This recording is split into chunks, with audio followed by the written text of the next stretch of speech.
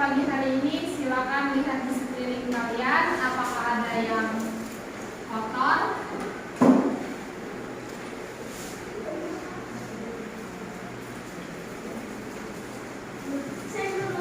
Hari ini yang tidak masuk siapa aja? Adik, Terus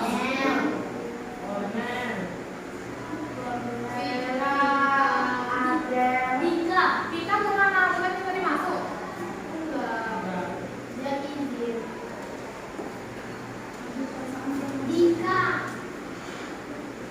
Baiklah, di sini kita akan membahas materi tentang upaya pelestarian lingkungan dan pembangunan berkelanjutan. Ada yang tahu tentang materi kita hari ini?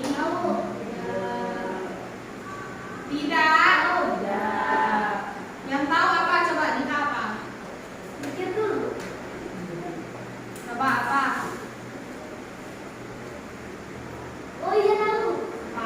Apa? Yuk.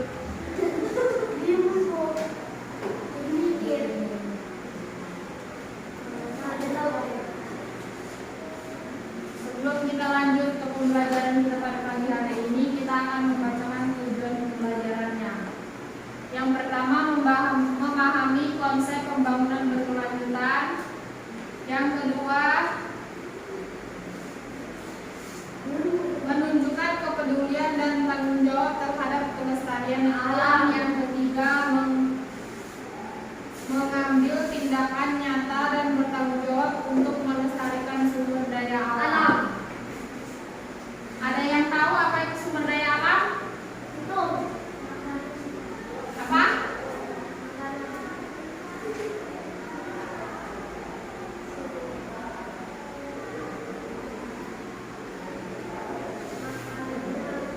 Apa tadi Dika? Yang pertama,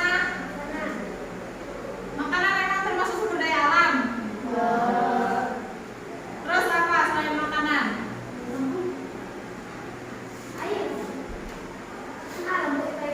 Air termasuk. Terus apa lagi? Tumbuhan.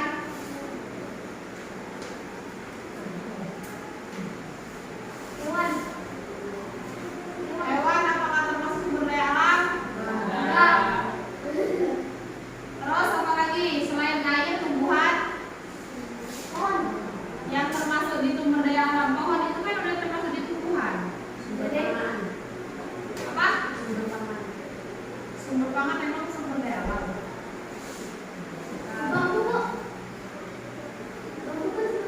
Kan udah termasuk dari tumbuhan gitu loh. Bambu, pohon dan segala macam itu maksudnya di tumbuhan.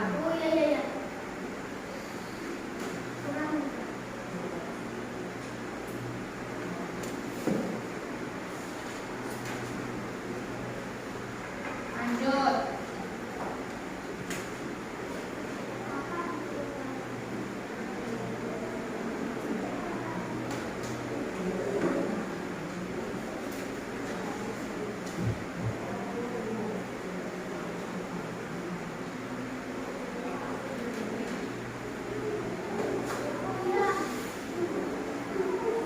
Apa itu upaya pelestarian lingkungan dan pembangunan berkelanjutan? Ada yang tahu?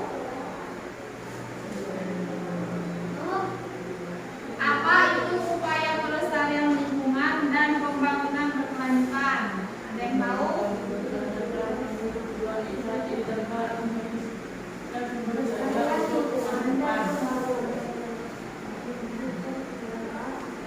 Silakan dibaca. Kalau belum tahu silakan dibaca.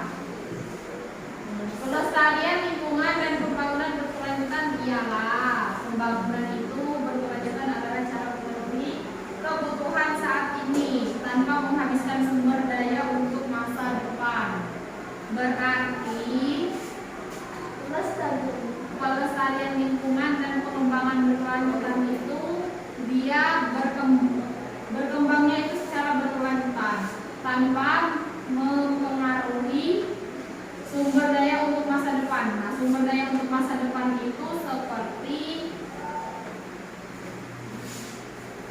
pembangunan yang ada di kota-kota kan itu tidak mempengaruhi untuk melestarikannya di masa depan itu malah bukan semakin merosot tapi semakin maju. Yang kedua, pelestarian lingkungan. 1. Menyeimbangkan. Menyeimbangkan itu adalah kekulusan ekonomi dan sosial, harus selalu mempertimbangkan lingkungan. Yang kedua, tindakan kunci yaitu menerapkan 3R pengelola sumber daya. Contoh, reboisasi, reduce, reuse.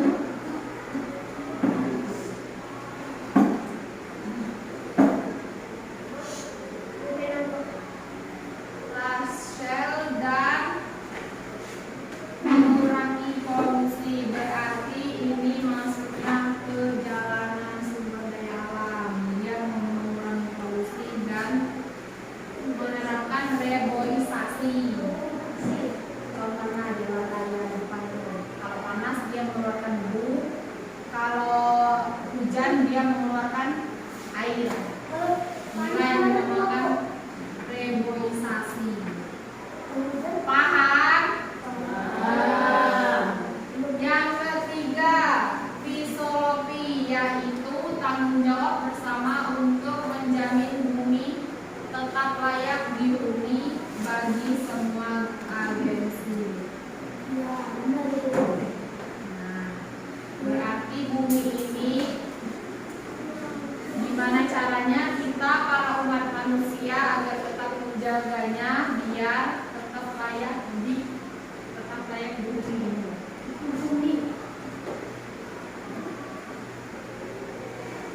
Dijaga dan dikunjungi itu bedanya apa, Dika?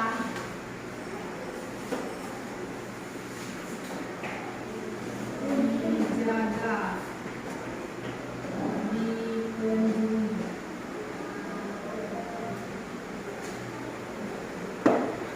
Nah, apa bedanya dijaga dan dikunjungi? Apa perbedaannya, Dika? Dijaga apa?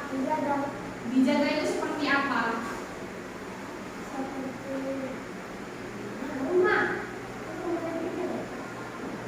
Dijaganya bagaimana itu dijaganya Allah?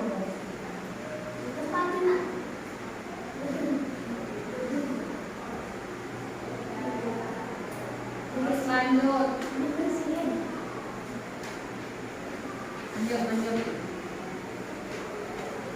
Penjelasan konsep pembangunan berkelanjutan dan dampaknya. Pembangunan itu ialah proses perencanaan untuk meningkatkan kesejahteraan dan mutu hidup masyarakat. Dampak positifnya itu meningkatkan ekonomi lapangan, kelola PDB, dan kualitas hidup, infrastruktur kesehatan. Dampak negatif. Yang kedua, dampak kerusakannya itu adalah populasi, deforestasi, dan keseimbangan sosial tidak merata. Materi yang kedua yaitu kepedulian dan tanggung jawab terhadap kelestarian alam. Kepedulian adalah kesadaran bahwa alam adalah sumber kehidupan yang harus dijaga. Nah, seperti materi yang sebelumnya tadi, berarti kehidupan kita sehari-hari itu harus dijaga. Yaitulah punya makan dan segala macam. Tanggung jawabnya adalah tindakan nyata dari setiap individu untuk menjaga keseimbangan alam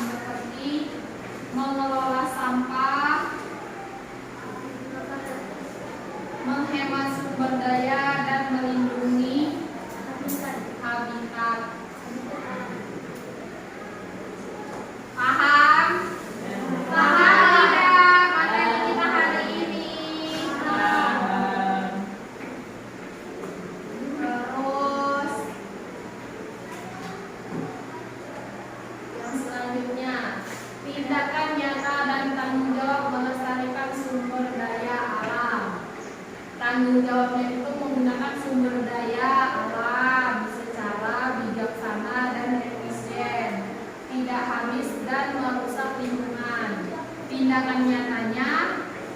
Yang pertama, SDA, tak terbarukan. Contoh, bahan bakar, hemat energi, beralih ke sumber daya terbaru, yaitu energi surya. Apa itu energi surya? Ada yang tahu? Kita tahu ya. Energi surya apa? Pernah lihat atau kamu tahu tentang energi surya itu apa?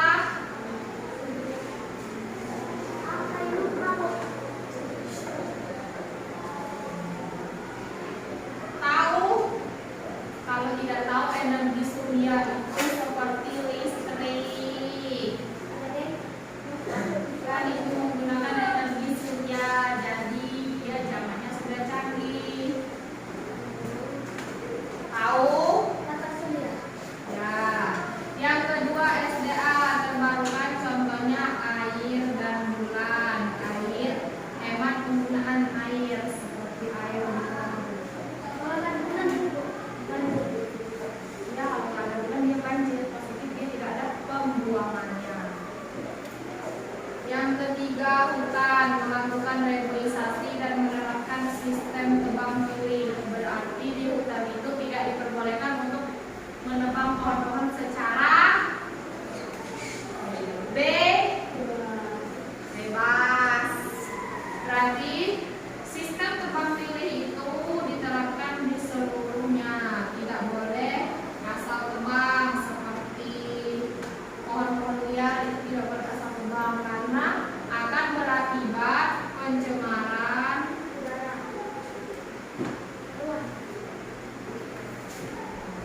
lingkungan.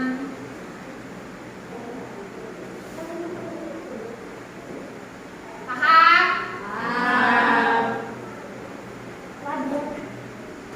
Yang terakhir itu kesimpulan. Mencapai keseimbangan itu melalui 3 pilar ekonomi, sosial, lingkungan, melalui tanggung jawab bersama agar sumber daya alam lestari untuk generasi mendatang. Paham? Paham. Jika tidak ada yang ditanyakan, maka